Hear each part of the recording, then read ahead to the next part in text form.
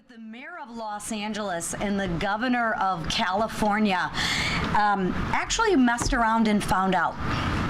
They messed around with the lives of Americans when they made their sanctuary cities safe for illegals. And they messed around when they also allowed violent protesters to attack law enforcement agents. Now they're finding out the hard way what it looks like to actually restore law and order. President Trump will not let the extreme and violent protesters tear our country apart. Burning cars, attacking police officers while wearing masks and waving other countries' flags. This will not be tolerated. To the Democrats calling these peaceful protests, shame on you. Do these look like peaceful protests to you? Looks like a place where you'd send your child, maybe Sunday school? Is there anyone in this room that can tell me this is what a peaceful protest looks like? Come on. We need to start correcting the truth with the other half of the truth and making the Democrats own this is a peaceful protest. Please. The Democrats are the ones responsible for this violence and lawlessness. Democrats have demonized law enforcement agents and ICE agents for years. They have enabled this unacceptable behavior. Remember, the Democrats are the ones that demanded that we defund the police. Well, ladies and gentlemen, this is what you get when you defund the police. They are the ones who want to abolish ICE. Well, guess what? ICE is the one that protects us, for in the Democrats' eyes, these peaceful protests. ICE agents protect law-abiding American citizens. Gangs are a threat to our communities. ICE agents are on the front lines detaining and deporting violent illegal aliens, many of whom, may I remind you, are sex offenders, murderers, human traffickers, and gang members. But are we really surprised that these are who the Democrats defend? Of course not. Democrats continue to defend an alleged human smuggler, calling him just a man from Maryland. Just like the left wants you to believe that this is a typical weekend in Los Angeles. Nothing to see here, right?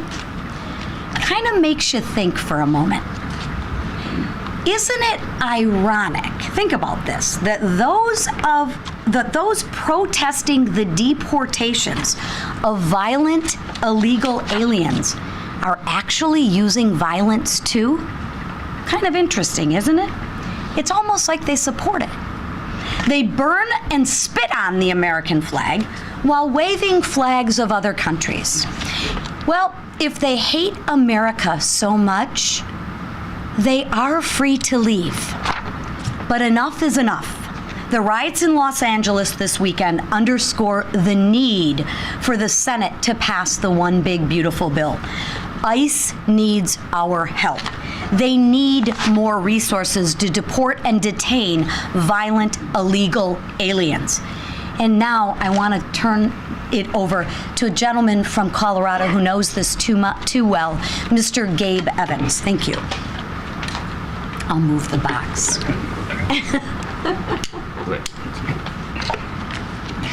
Well, thank you, Chairwoman. Thank you, Speaker, for grabbing the box there. Gabe Evans, Colorado's 8th Congressional District, and I'm here today because of my resolution that passed the House yesterday with broad bipartisan support condemning the anti-Semitic firebombing terrorist attack that occurred in Boulder, Colorado, which is about 20 miles away from my house where I live. I'm here today because 15 people and a dog were burned by an individual with known jihadi-leaning affiliations who is illegally present in the United States and who was denied a firearm purchase when he tried to buy a gun in November of last year. And so, of course, the very first thing in this situation is our thoughts and our condolences, of course, go out to the victims and to the Jewish community that are suffering from this rising anti-Semitism. But more than that, we have to ask ourselves, why? Why is this happening? Thoughts and condolences aren't enough. And for me, that's personally very meaningful because of my background. I spent 12 years in the U.S. Army. I deployed overseas to a combat zone as part of the global war on terror when my oldest son was 5 months old. I didn't get back until he was 18 months old. I missed every first steps, first words, first Christmas, first birthday. Then I served another 10 years in law enforcement with the city of Arvada, which is a major suburb just to the west of Denver, immediately south of Boulder, Colorado. I've responded as both a National Guardsman and as a police officer to previous tragedies in Boulder, Colorado. And so for me to now wake up on June 1st and see this tragic event that's happened, of course, thoughts and condolences, but we have to do more. We have to ask the question, why does this continue to happen? We've already gone over the facts of the case here. An individual illegally present in the United States overstayed 2 separate visas with known public statements prior to his admission into the United States, sympathizing with an organization with jihadist-leaning tendencies, at a time of heightened anti-Semitism, goes and he tries to buy a gun last November, is denied, and that doesn't pop up on anyone's radar. There's no ability to intervene or interdict or at least figure out what's going on here, put this to a little bit more scrutiny.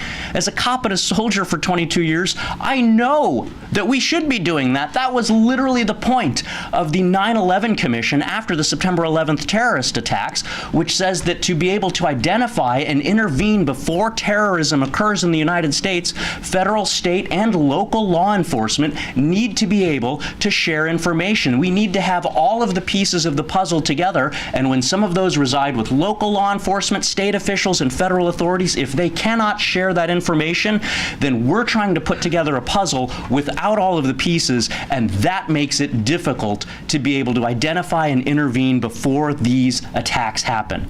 And unfortunately, in my Colorado, which is a sanctuary state that prohibits at times state and local law enforcement from being able to work with federal authorities, I can't help but wonder if this attack might have been prevented had the Colorado Bureau of Investigation, which is who does the background checks for firearm purchases in Colorado, had they been able to flag that for one of the multiple different entities that have been set up to share that information and prevent something like this from happening.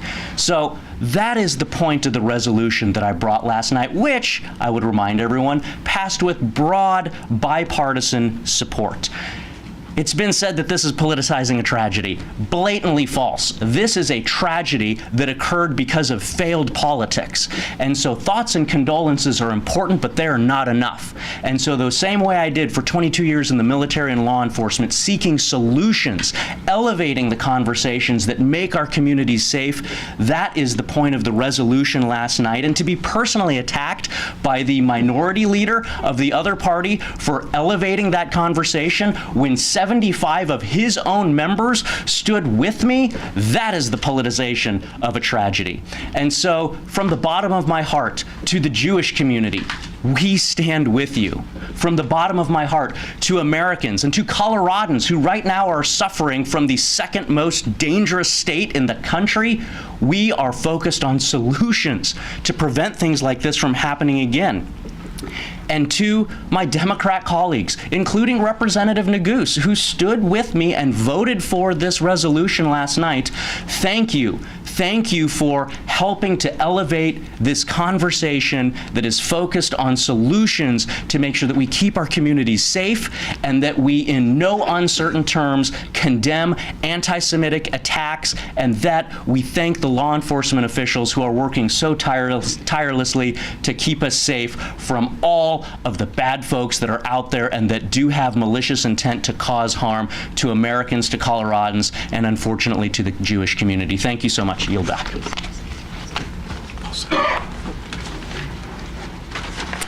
Thank you, Gabe. There's a theme this morning. Rocks thrown at law enforcement. Cars and American flags set on fire. fireworks thrown into the streets, foreign flags waving proudly above our own. We are witnessing mayhem, chaos, and disorder in the streets of Los Angeles, all because the Trump administration is enforcing federal immigration law and protecting Californians where the previous administration and their local leaders have repeatedly failed. The violence against ICE officers can also clearly be attributed to the delusional, inflammatory rhetoric spawned by the left, including the words of my own incompetent and partisan governor, Timmy Wiles, who recently called immigration authorities, quote, the modern-day Gestapo. With taxpayer-funded benefits for illegal aliens and inflammatory rhetoric for law enforcement, Wiles has turned my home state of Minnesota into a sanctuary state. And this week, he's going to answer to Congress for his failures. As Wiles testifies before the House Oversight Committee on Thursday, House Republicans are working to mitigate the disastrous consequences of mass illegal immigration and the policies and the people like Tim Wiles who encourage it. The scenes in California remind us of the urgent need to support our ICE agents and law enforcement officers on the ground with the tools they need to carry out their vital mission. That is why we must get the one big beautiful bill across the finish line. Our bill includes funding for 10,000 more ICE officers and HSI criminal investigators to protect our communities and at least 1 million deportations of illegal aliens annually. The time is now to restore law and order, enforce our nation's immigration laws, and hold leaders who are not leading, that refuse to lead, I should say, to do so and be accountable. With that, I turn it over to our leader. Thank you, Whip. And anybody who watched these just inflammatory scenes roll out in Los Angeles over the weekend see one more example why we need to pass the one big beautiful bill and why we need to get it to President Trump's desk as soon as possible. One of the many great provisions in this bill that we came together to pass through the House are provisions that allow our ICE agents and our Border Patrol agents to get more resources, to get more support, hiring more Border Patrol agents and more ICE agents. Frankly, it's one of the reasons that every single Democrat voted no on the bill, because they want open borders. They want the chaos and the mayhem that comes with sanctuary cities and sanctuary states that we've been standing up against. They had the opportunity to join us, and they deliberately chose to vote no because they want higher taxes, they want open borders, they want to close off our energy resources, all the things that were in that bill. And so we're going to continue moving forward. The Senate is doing their work now, and I'm confident the Senate is going to move through quickly to get that bill through the Senate, ultimately back to the House for any minor changes, and then to the President's desk so that we can hire those additional Border Patrol agents, hire those additional ICE agents to keep Americans safe. And by the way, if you're a citizen of the state of California, while your governor is failing you miserably, at least we have a president in Donald Trump who is willing to say that he will step up and try to protect those same people, law-abiding people who are sick and tired of the lawlessness. They are disgusted by a foreign flag being waved in an American city and their governor defending the people that are actually burning down the city, trying to call it a peaceful protest. Don't insult the intelligence of the American people. They see what's happening. They know why it's happening. The far left Democrat Party wants open borders. There was an election run on this. The American people said enough is enough. We want secure borders, and that's why they sent Donald Trump and a Republican House and Senate to Washington. And we're going to keep fighting for those families who are sick and tired of what they're seeing in cities like Los Angeles and other lawless cities in America. So we're going to deliver on our promise.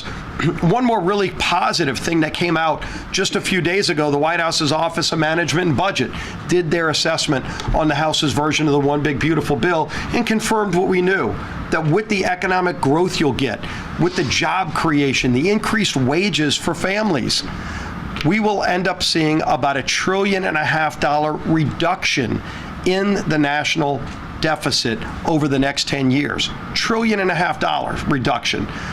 because of the growth we'll get from this bill, because workers will have more money in their pockets when the government doesn't have a $4.5 trillion tax increase that every Democrat voted to impose upon them.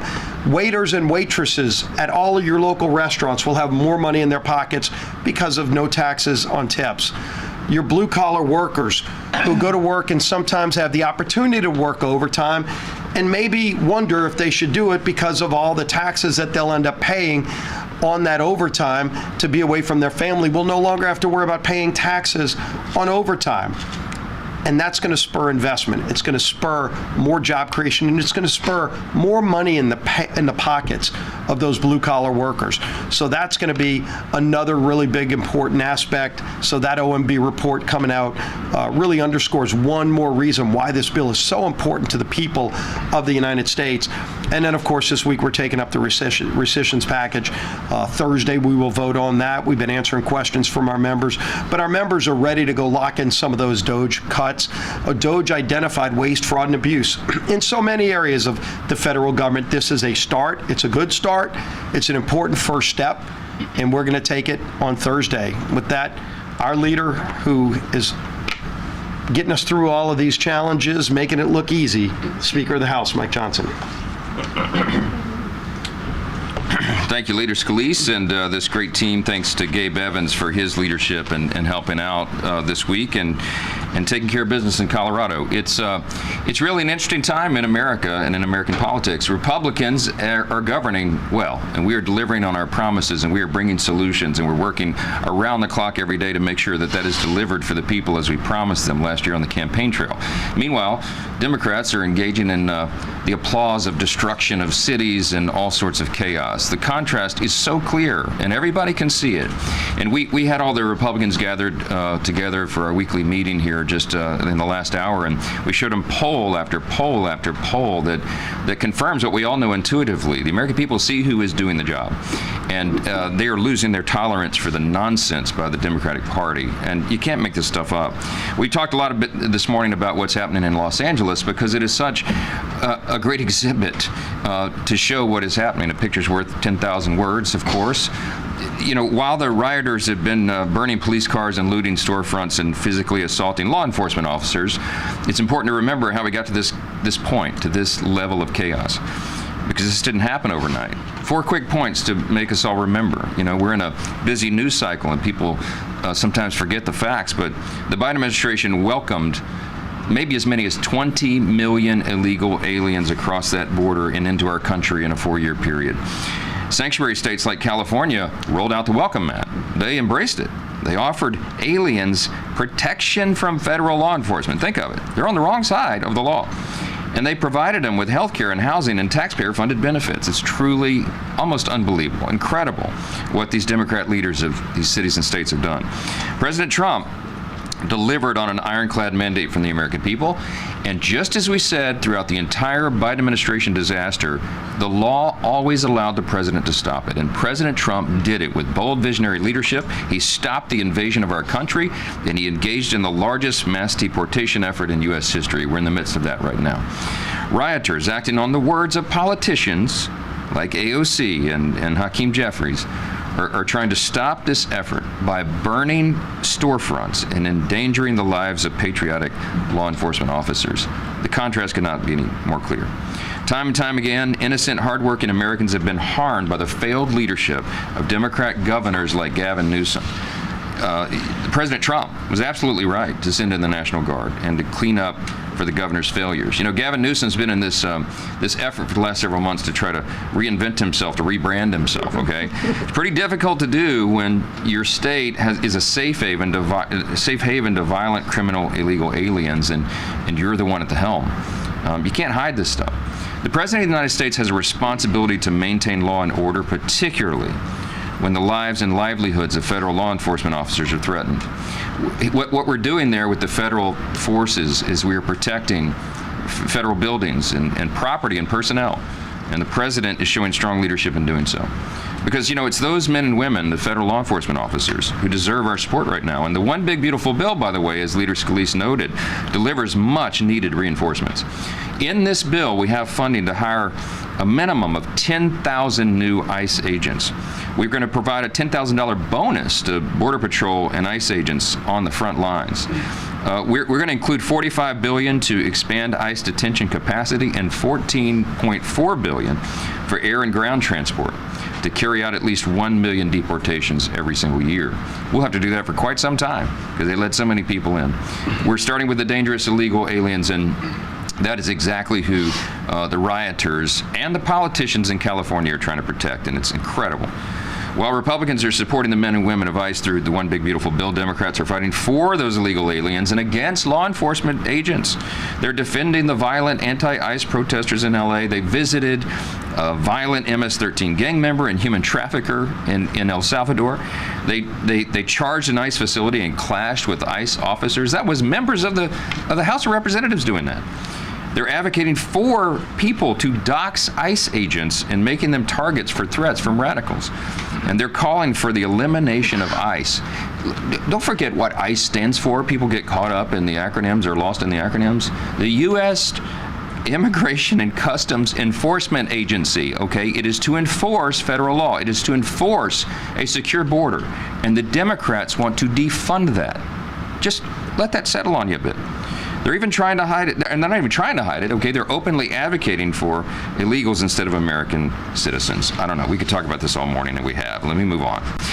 With regard to the business in the House this week, the House will vote to approve the White House's request to claw back $9.4 billion in wasteful spending. $8.3 billion of that is wasteful foreign aid with all the atrocities that DOJ uncovered in USAID, and $1.1 billion for the Corporation for Public Broadcasting. That's PBS, NPR. These are common sense cuts, and I think every member of this body should support it. It's a critical step in restoring fiscal sanity and beginning to turn the tides of removing fraud, waste, and abuse from our government. Have you checked the public opinion polls? That's what the American people want, and they demand and deserve, and we're going to do it. I read some of the greatest hits last week out of this, but I just want to list a few more examples, okay? Last week he gave you some of the real high-level, high-number amounts, but these are lower dollars, but they matter. Listen to this, $33,000 we're going to cut. That was being used for, quote, being LGBT in the Caribbean. No kidding. American taxpayers are funding that. $8,000 for promoting vegan food in Zambia. $67,000 for feeding insect powder to kids in Madagascar.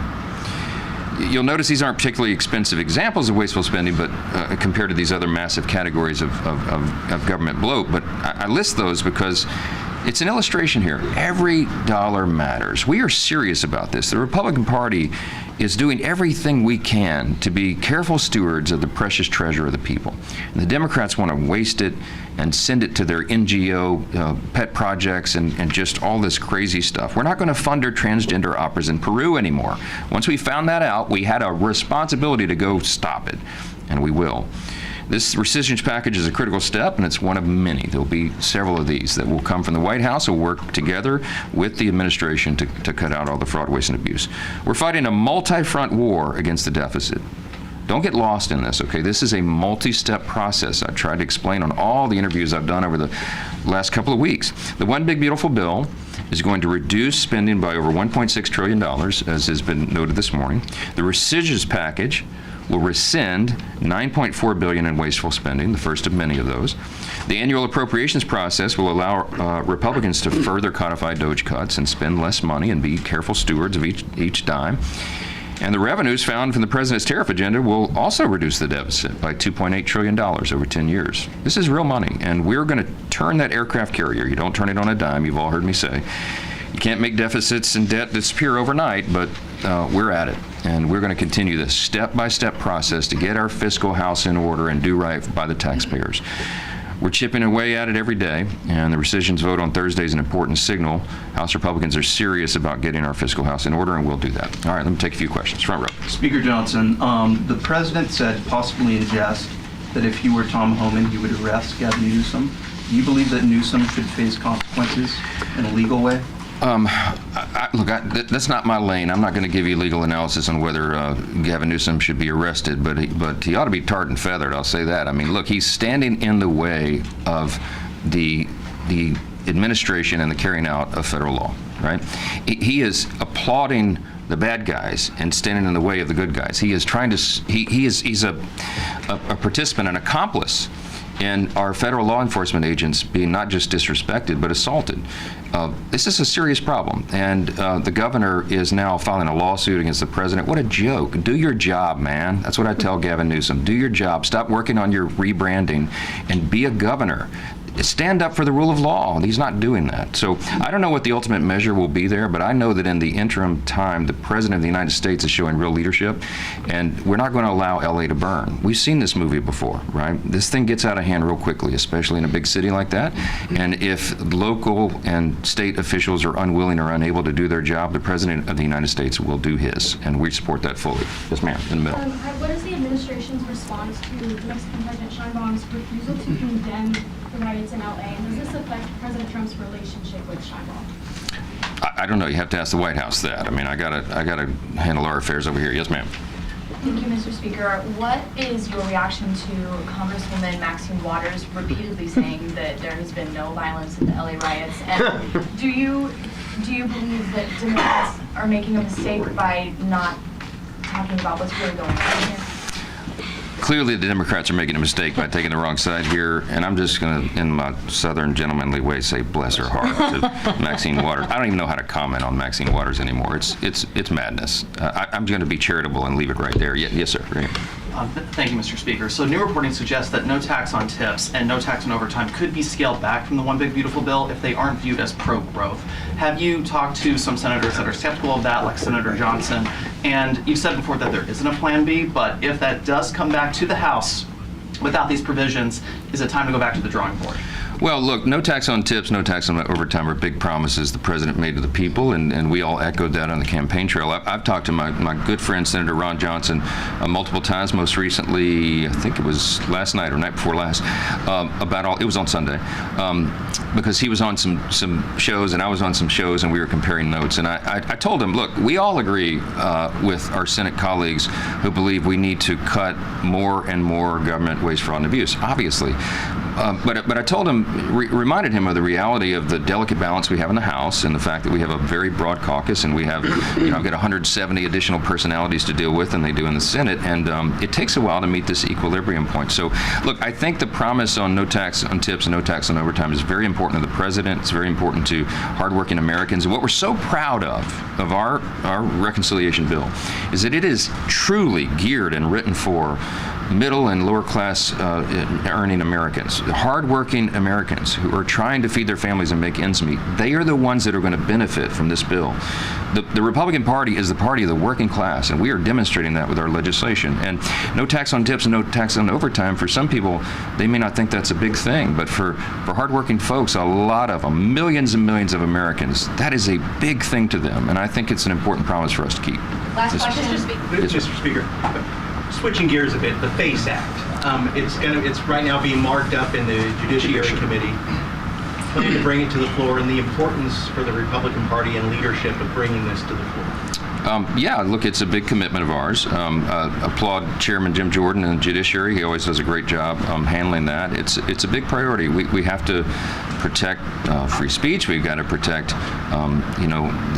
what are actual peaceful protests, and we got to stand for our core principles. I think all that's wrapped up in that legislation, and I expect it'll go well, and I expect we'll pass it through the House when it comes through committee. So one last question. Yeah. Speaker Johnson, just running back to the LA protests. Yes. Is there a red line for congressional Republicans regarding President Trump's use of executive authority to, say, deploy federal law enforcement or these 700 Marines?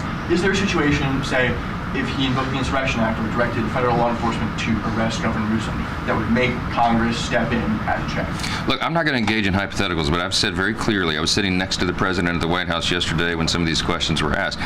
He is fully within his authority right now to do what he is doing, and we have to maintain order. It's the number one job. Think of it, y'all. The number one job of government is to protect the citizenry from foreign threats and domestic threats. And federal law enforcement is doing their job. Those are the heroes, and we've got to protect them. And federal employees as well, and federal buildings and property. We're not going to let violent criminals destroy the property of U.S. taxpayers. President Trump has put his hand on the table and said, not on my watch, and we applaud that. So we're standing with him. Thank you all.